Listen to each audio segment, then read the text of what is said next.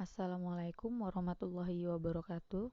Mahasiswa sekalian, syukur alhamdulillah pada kesempatan kali ini di pertemuan yang keempat kita akan sama-sama membahas mengenai keterampilan berbahasa.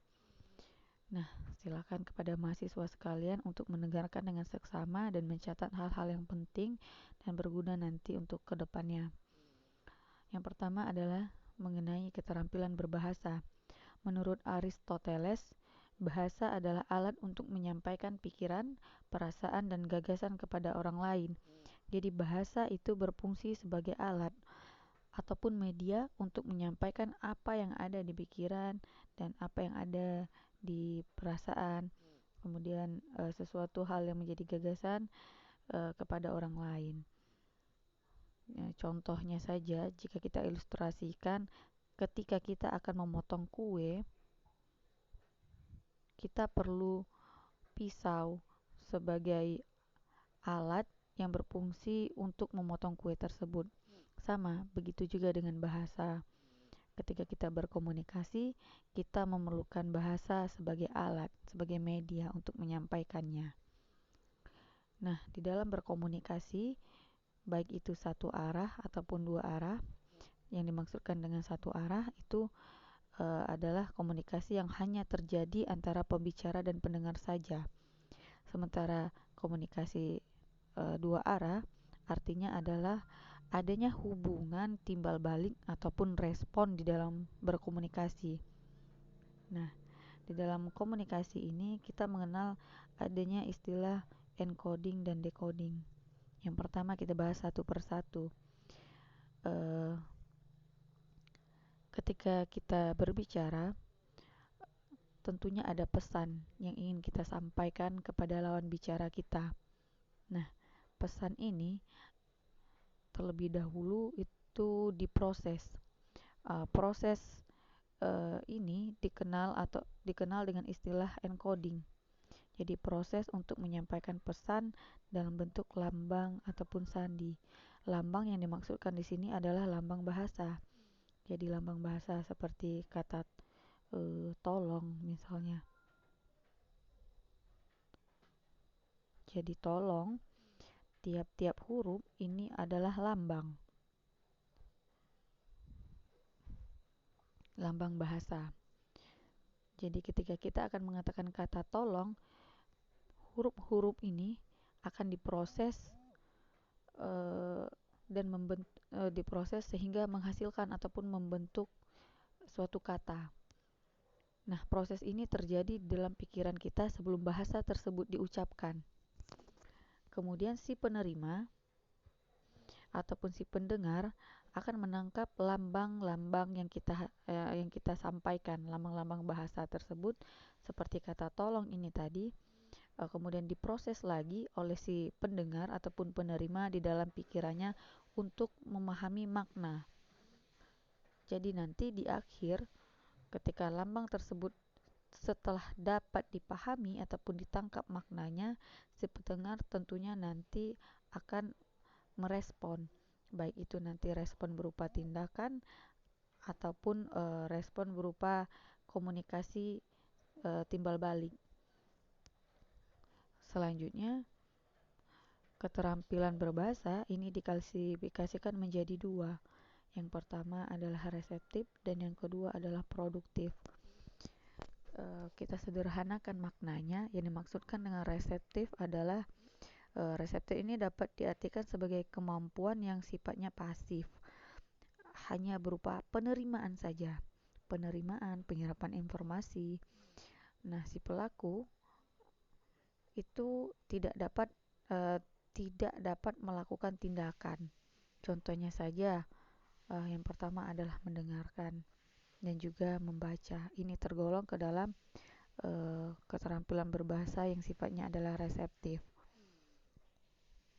Artinya aktivitas ini bersifat pasif, hanya dapat menerima saja. Mendengarkan kan artinya kita menerima informasi melalui indera pendengaran. Begitu pula dengan membaca.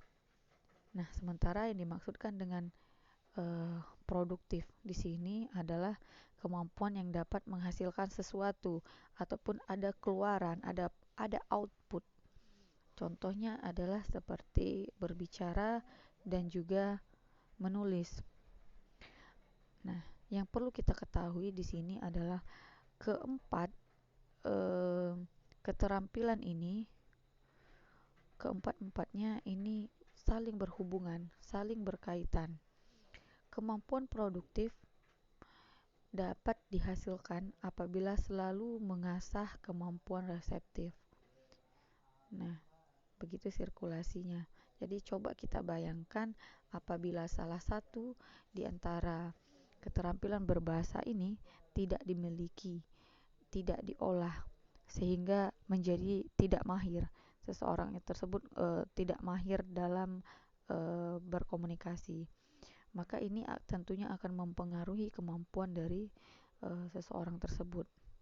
Orang yang pandai berbicara tentunya memiliki bekal ataupun pengetahuan yang diperoleh baik itu karena ia sering mendengarkan informasi ataupun mencari tahu ataupun menggali informasi melalui bacaan.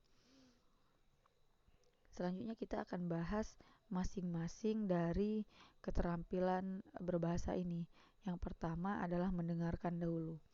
Jadi pada kata mendengarkan ini akan berbeda antara kata mendengar dan mendengarkan. Kedua kata ini memiliki makna yang berbeda. Di mana letak bedanya? Kata mendengarkan ini memiliki makna suatu aktivitas yang dilakukan secara tidak sengaja. Nah, contohnya saja seperti ketika kita fokus terhadap satu hal, ketika kita sedang kuliah di kelas misalnya, kemudian terdengar bunyi dari luar mahasiswa yang sedang berteriak. Nah, suara di luar, suara yang ada di luar kelas ini adalah contoh dari makna mendengar. Jadi dilakukan secara tidak sengaja. Nah, sementara kata mendengarkan ini memiliki makna melakukan sesuatu aktivitas yang secara disengaja untuk mendapatkan informasi. Kemudian informasi ini dikaji lebih dalam lagi dalam artian memahami makna yang didengarkan. Jadi kata mendengarkan artinya kita ada pengkajian makna. Juga disebut juga dengan menyimak. Mendengarkan ini sama dengan menyimak. Selanjutnya adalah membaca. Aktivitas membaca ini maksudnya adalah tujuannya untuk seseorang itu memperoleh informasi. Keterampilan membaca ini dibagi menjadi dua. Yang pertama adalah membaca permulaan dan yang kedua adalah membaca lanjutan. Yang dimaksudkan dengan membaca permulaan adalah kemampuan dalam mengenali lambang-lambang bahasa dan dapat melafalkannya dengan benar. Jadi hanya sebatas pada kemampuan untuk mengenali lambang bahasa dan juga dapat melafalkannya dengan benar. Sementara yang dimaksudkan dengan membaca lanjutan ini adalah tidak hanya sekedar mengenali lambang saja, namun juga memahami isi daripada bacaan tersebut. Tentunya melalui proses. Selanjutnya adalah yang ketiga, berbicara. Di dalam keterampilan berbicara ataupun melahirkan lambang bahasa itu dikenal ada 3 jenis situasi berbicara. Yang pertama adalah membaca interaktif.